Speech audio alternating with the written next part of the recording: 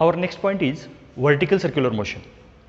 When a particle moves vertically in a circular path, means the particle is under influence of gravity. म्हणजे एखादा particle circular मोशनमध्ये आहे पण असा उभा, म्हणजे ज्याच्यावर ग्रॅव्हिटीचा इफेक्ट होतोय. ज्यावेळी पार्टिकल हॉरिझॉन्टल सर्क्युलर मोशनमध्ये असतो त्यावेळी पार्टिकलवर सगळ्या ठिकाणी सेम ग्रॅव्हिटेशनल पॉईंट असतो, कारण सगळे पार्टिकल गोल फिरत असताना सेम हॉरिझॉन्टल लेवलला असतो. पण जर पार्टिकल उभा फिरत असेल हा अशा पद्धतीनं, तर या केसमध्ये पार्टिकलवर एक्झर्ट होणारा जो ग्रॅव्हिटेशनल फोर्स आहे तो प्रत्येक ठिकाणी वेगळा वेगळा असणार आहे.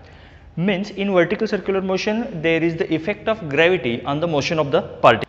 Now consider a particle tied to a string, inextensible and rigid string, and rotated vertically. Then consider the position of the particle.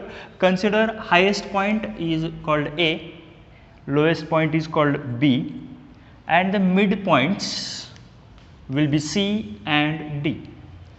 Now we are going to see the analysis at every position and equation of the velocity of the particle at every position to complete the vertical circle. Consider a particle is moving in anti-clockwise direction. Now when the particle moving in vertical circular motion, there are two forces acting on the particle. First, consider particle is at point A. This is the center of the circular motion. Then two forces. First will be the weight of the object mg, and second will be the tension on the string due to the motion. There are two forces. In this case, particle at higher position, the mg and tension at A, consider it as a TA. Both are in the same direction toward the center of the circular motion. But when the particle is at lowest position, the mg will be in the downward direction, but the tension in the string will be in the upward direction. That tension will be called as Tb. Similarly, at point C and at point D, at point C the tension, which will be called as Tc, is at toward the center, and the mg will be downward position. Same, the tension in the string at position D will be toward the center and mg will be in downward direction. Now we are going to see the analysis. First, when the particle is at position A. When the particle is at position A, means in vertical circular motion it's a highest position. Let VA be the velocity of the particle at the highest position. Now the required centripetal force is given by both of these forces. Means required centripetal force mva square upon r.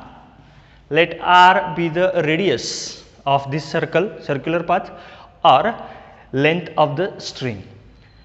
mv square upon r is equal to, the centripetal force is the summation of or addition of both these forces, means Ta plus mg. This will be the equation number 1. Now when the particle is at highest position and it has minimum tension, means it has a zero tension towards the center, means in this case it just complete the circular motion. The particle just completes the vertical circular motion. means एक condition अशी असते की या केसमध्ये particle इथपर्यंत आलाय, rotate होतो, याच्यापेक्षा कमी जर वेलोसिटी असती तर हा परत खाली आला असता, सरळ असा खाली आला असता, त्याचं वर्टिकल सर्कल कंप्लीट झालं नसतं. पण एक ठराविक मिनिमम वेलोसिटी आहे जिथं जस्ट हा पोहोचलेला आहे आणि तिथून पुढे जस्ट तो वर्टिकल सर्कल काय करणार आहे, कंप्लीट करणार आहे. या केसमध्ये दोरीमध्ये असणारा टेन्शन जो असतो तो tension TA is equal to 0 असतो. म्हणजे आपल्याला VA is equal to minimum VA जो मिळणार आहे, त्या मिनिमम VA साठी टेन्शन इन द स्ट्रिंग काय असेल, 0 असेल. त्या मिनिमम व्ही एपेक्षा जर जास्त वेलॉसिटीने तो जो पार्टिकल रोटेट होत असेल तर तो पार्टिकल रोटेट होत असताना दोरीमध्ये काही टेन्शन पण असेल, शिवाय एम जी हे दोन्ही सेम डायरेक्शन असणार आहेत. या केसमध्ये सेंट्रिपिटल फोर्सपेक्षा या दोन्हींची बेरीज काय असणार आहे, जास्त असणार आहे. पण एका ठराविक कंडिशनला मिनिमम वेलॉसिटी व्ही एच्या त्या वेलॉसिटीला या दोरीमध्ये असणारा जो टेन्शन असणार आहे तो टेन्शन 0 असणार आहे. या केसमध्ये आपल्याला इक्वेशन असं मिळेल एम व्ही ए स्क्वेअर. आता हा एम व्ही ए कसला आहे, मिनिमम आहे, divided by R is equal to या केसमध्ये टी ए काय असणार आहे, 0 प्लस एम जी. दोन्ही बाजूनी एम आता कॅन्सल होऊन जाईल हा 0 झाल्यामुळे. म्हणजेच आपल्याला व्ही ए स्क्वेअर जो मिनिमम आहे इज इक्वल टू आपल्याला काय मिळेल, आर जी. आणि हा V A minimum is equal to आपल्याला मिळेल अंडर रूट आर जी. म्हणजे याचा अर्थ असा आहे की पार्टिकल वर्टिकल सर्क्युलर मोशनमध्ये असताना हायेस्ट पोझिशनला त्याची minimum velocity under root R G इतकी असेल तरच हा पार्टिकल व्हर्टिकल सर्कल कंप्लीट करेल. अंडर रूट आर जी किंवा त्यापेक्षा जास्त असेल तर पार्टिकल काय करेल, व्हर्टिकल सर्कल कंप्लीट करेल. अंडर रूट आर जी पेक्षा जर कमी वेलॉसिटी असेल पार्टिकलची तर त्याचं व्हर्टिकल सर्कल कंप्लीट होणार नाही, तो वर जाता जाता परत खाली येईल. त्या केसमध्ये त्याचं व्हर्टिकल सर्कल कंप्लीट होणार नाही. Means this is the minimum velocity required for the particle at highest position in the vertical circular motion to complete the vertical circle. Now the next position when the particle is at B. आता इथं थोडीशी condition इथल्यापेक्षा वेगळी आहे. या केसमध्ये M G आणि tension दोन्ही same direction होते. इथं काय झालेलं आहे, एम जी आणि टी बी हे दोन्ही काय आहेत, अपोजिट डायरेक्शन आहेत.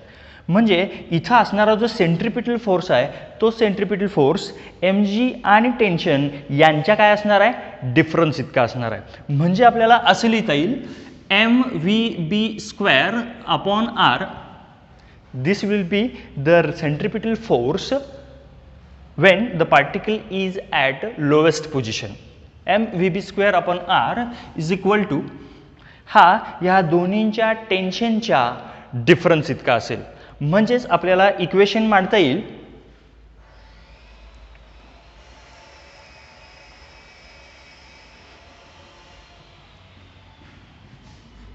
टीबी मायनस एम जी. म्हणजे टेन्शन ॲट पॉईंट बी आणि एम जी या दोन्हींच्यातला डिफरन्स म्हणजेच उरलेला आपल्याला इथं असणारा सेंट्रिपिटल फोर्स मिळेल. आता M V square upon R is equal to T B minus M G असं इक्वेशन आपल्याला मिळालेलं आहे. आता आपल्याला या ठिकाणी पार्टिकल लोवेस्टला असताना समजा त्याची वेलॉसिटी किती आहे आपण आत्ताच बघितलं त्या पद्धतीनं या डायरेक्शननं आपल्याला असा व्ही बी मिळेल. वेलॉसिटीचं जर डायरेक्शन दाखवायचं म्हटलं तर या डायरेक्शननं आपल्याला काय मिळतं, व्ही ए मिळेल. तर हा व्ही बी. मग minimum velocity at lowest position किती असावं हे आपल्याला आता काय करायचं आहे, कॅल्क्युलेट करायचं आहे. ते कॅल्क्युलेट करण्यासाठी आपल्याला energy law of conservation of एनर्जीचा उपयोग करायचा आहे. म्हणजे पार्टिकल व्हर्टिकल सर्क्युलर मोशनमध्ये असताना त्याच्यामध्ये एनर्जीचे बदल होत जातात. म्हणजे पार्टिकल हायेस्ट पोझिशनला असताना त्याच्यामध्ये पोटेन्शियल एनर्जी वाढत जाते आणि या केसमध्ये त्याचा स्पीड अंडर ग्रॅव्हिटी काय होत जातो, कमी कमी होत जातो. थोडक्यात या केसमध्ये कायनेटिक एनर्जी कमी कमी होत जाते, पोटेन्शियल एनर्जी वाढत जाते.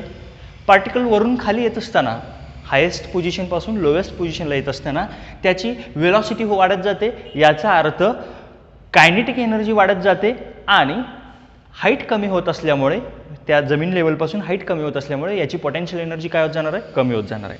आता आपण इथं कन्सिडर करायचं आहे ही जी लेवल आहे ती ग्राउंड लेवल कन्सिडर करायचं आहे. म्हणजे थोडक्यात इथं असणारा पोटेन्शियल एनर्जी पार्टिकलचं काय असेल, 0 असेल असं कन्सिडर करू.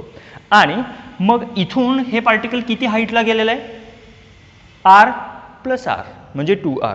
म्हणजे इथल्यापेक्षा पार्टिकल 2r इतक्या हाईटनं इथं असेल. आणि ही लेवल कितीची आहे मग, सी आणि डी जे आहेत ते आर इतक्या हाईटला आहेत. ठीक आहे. मग इथं आता आपण law of conservation of energy use करायचा आहे. Means total energy at point A is equal to total energy at point B Total energy means now potential energy plus kinetic energy. Potential energy at point A plus kinetic energy at point A is equal to potential energy at point B plus kinetic energy at point B. आता आपल्याला फॉर्म्युले माहित आहेत. Potential energy at A, potential एनर्जीसाठीचा formula mgh. mg, आता h म्हणजे किती height आहे. आता इथं आपल्याला हाईट मिळेल r प्लस r ए या पोझिशनसाठी, म्हणजे काय मिळेल आपल्याला 2r प्लस या ठिकाणी असणारी त्याची कायनेटिक एनर्जी किती असेल. कायनेटिक एनर्जीसाठीचा फॉर्म्युला माहिती आहे आपल्याला. ए या ठिकाणी असताना त्याची जी आपण मिनिमम कंडिशन कन्सिडर केली होती half M V square, V A square येणार. व्ही ए म्हणजे आपण मगाशी जस्ट कॅल्क्युलेट केलेलं आहे अंडर रूट आर जी आणि याचा ब्रॅकेटचं square is equal to potential energy at point P. Potential energy at point B, B हा आपण ग्राउंड लेवलला कन्सिडर केला आहे, त्यामुळे या ठिकाणी असणारा पोटेन्शियल एनर्जी 0 असेल plus kinetic energy half M velocity at point B means आपल्याला काय मिळेल व्ही बी स्क्वेअर. या केसमध्ये एम दोन्हीमधून काय करता येईल आपल्याला कॉमन काढता येईल आणि हा कॉमन काढलेला एम आणि हा पलीकडचा एम दोन्ही काय होऊन जातील कॅन्सल होऊन जातील. म्हणजे आपल्याला असं मिळेल 2rg plus 1/2 m rg, sorry m cancel झाला आहे, is equal to half V B square. यातनं जर rg कॉमन काढलं 2/2 rg is equal to half V B square, म्हणजे आपल्याला असं मिळेल 5/2 rg is equal to half V B square. Therefore दोन्ही बाजूचा हाफ कॅन्सल होईल. V B square is equal to आपल्याला 5rg मिळेल and therefore V B is equal to under route 5rg. This is the minimum velocity required when the particle is at lowest position to complete a vertical circle. म्हणजे particle lowest पोझिशनला असताना त्याची velocity under route 5rg इतकी असेल तर तो त्याचा vertical circle काय करू शकणार आहे कंप्लीट करू शकणार आहे. म्हणजे इथं जर त्याची वेलॉसिटी अंडर रूट 5rg असेल तर इथं त्याची किती असणार आहे मग त्या केसमध्ये अंडर रूट rg इतकी असेल. या पद्धतीनं मिनिमम वेलॉसिटी पार्टिकल लोएस्ट पोझिशनला असताना त्याची वेलॉसिटी एवढी असली पाहिजे अंडर रूट 5rg एवढी असली पाहिजे. आता यातला नेक्स्ट पॉईंट आहे if the particle is at point C or D, म्हणजे हॉरिझॉन्टल पोझिशनला असताना. आता या केसमध्ये आपल्याला माहिती आहे टेन्शन टुवर्ड द सेंटर असणार आहे, mg डाऊनवर्ड डायरेक्शन असणार आहे. इथं minimum velocity required at point C or D for which it completes the vertical circle, ते आपल्याला काय करायचं आहे कॅल्क्युलेट करायचं आहे. कॅल्क्युलेट करण्यासाठी पुन्हा आपल्याला सेम मेथड वापरायची आहे, law of conservation of energy वापरायचे आहे. When the particle is at C or D, इथं पुन्हा आपल्याला law of conservation of energy वापरायचं आहे. म्हणजे total energy at D, C साठी आणि डी साठी दोन्ही सेमच असणार आहे, आपण डी साठी फक्त कॅल्क्युलेट करू, is equal to total energy at point B. Same comparison तुम्ही एशी केला तरी चालेल, ठीक आहे. टोटल एनर्जी म्हणजे काय आता potential energy at D plus kinetic energy at D is equal to potential energy at B plus kinetic energy at B. फॉर्म्युले आपल्याला माहीत आहेत. पोटेन्शियल एनर्जी mg आणि h, मग आता डी पोझिशनला असताना हा ग्राउंड लेवलपासून किती हाईटला आहे एवढ्या हाईटला, म्हणजेच r इतक्या हाईटला आहे. म्हणून आपल्याला फॉर्म्युला इथे काय मिळेल mgr plus kinetic energy at D. Now consider this particle is moving with velocity d which is denoted by vd, half m vd square is equal to potential energy at point B. आपल्याला माहित आहे potential energy at point B ground लेवलला असल्यामुळे काय मिळेल 0 plus half M kinetic एनर्जीसाठीचा formula VB², but we know that the VB is equal to √5RG √5RG VB is equal to similarly आपल्याला काय मिळालं होतं VA is equal to √RG. आता आपल्याला किमती घालायचे पूर्वी ह्यातनं m आपल्याला काय करता येईल कॉमन काढता येईल आणि हा कॉमन काढलेला m आणि इकडचा m कॅन्सल होऊन जाईल म्हणजेच RG शिल्लक राहील plus half VD² is equal to m cancel होईल आहे असा हाफ VB म्हणजे आपल्याला माहित आहे √5RG आणि त्याचा स्क्वेअर केलात तर काय मिळेल आपल्याला 5RG म्हणजेच टोटल आपल्याला काय मिळेल 5/2RG and therefore half VD² is equal to हा RG पलीकडे गेला तर 5/2RG मायनस काय होईल RG. आता हे 5/2 म्हणजे अडीच आहे आणि एक RG आहे. अडीचमधनं एक गेलं किती राहिलं 1.5 म्हणजे आपल्याला काय लिहिता येईल half VD². You can also calculate आपल्याला काय मिळेल 3/2 RG. या केसमध्ये 2 कॅन्सल होईल आणि म्हणजेच VD² is equal to 3RG मिळेल and therefore VD is equal to √3RG.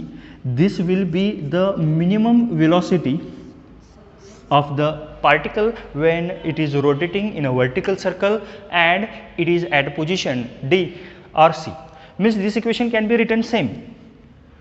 VC minimum or VD minimum is equal to √3RG. याचा अर्थ असा आहे की पार्टिकल वर्टिकल सर्क्युलर मोशनमध्ये असताना एक्झॅक्ट हॉरिझॉन्टल पोझिशनला असताना त्याची वेलॉसिटी जर √3RG इतकी असेल तर त्याचं व्हर्टिकल सर्कल कंप्लीट होईल. याच्यापेक्षा कमी असेल तर होणार नाही आणि याच्यापेक्षा जास्त असेल तर होईल. Means if particle is at point D has a velocity equal to or greater than 3RG then it will complete the vertical circle, otherwise it does not complete the vertical circle. Now the next point is when the vehicle is moving at the top of the convex bridge. म्हणजे समजा एखादा असा bridge आहे convex bridge आहे आणि या convex ब्रिजवरून एखादा vehicle move होत असेल असं वाहन मूव्ह होत असेल जर ते खूप जास्त वेगानं गेलं तर हा व्हेकल सरळ असं खाली येण्याऐवजी सरळ पुढे जाऊ शकतो. मग त्याचा मिनिमम सेफ्टी स्पीड किती असेल जेणेकरून तो कॉन्वेक्स ब्रिजवरून वर्टिकल सर्कल काय करेल कंप्लीट करेल. यासाठी आपल्याला एक्सप्रेशन बघायचं आहे. यासाठी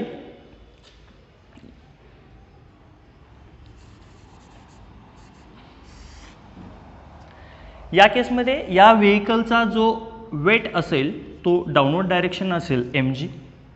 याचा ॲक्ट होणारा नॉर्मल रिॲक्शन n असेल आणि समजा हा जो कर्ड ब्रिज आहे या कर्ड ब्रिजचं रेडियस समजा r इतका आहे.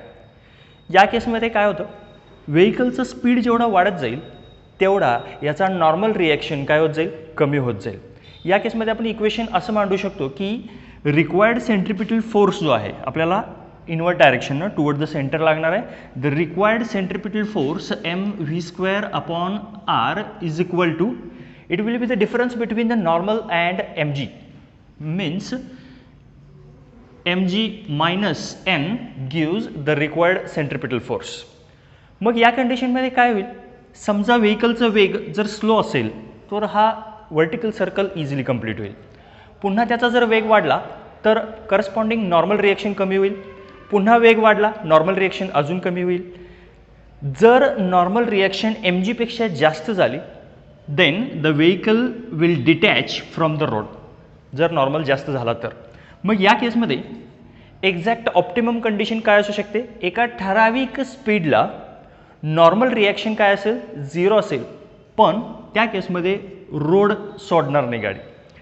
मग ऑप्टिमम कंडिशनमध्ये आपल्याला असं लिहिता येईल when normal is equal to 0 that will be the maximum safety velocity for the vehicle when it is moving from convex bridge.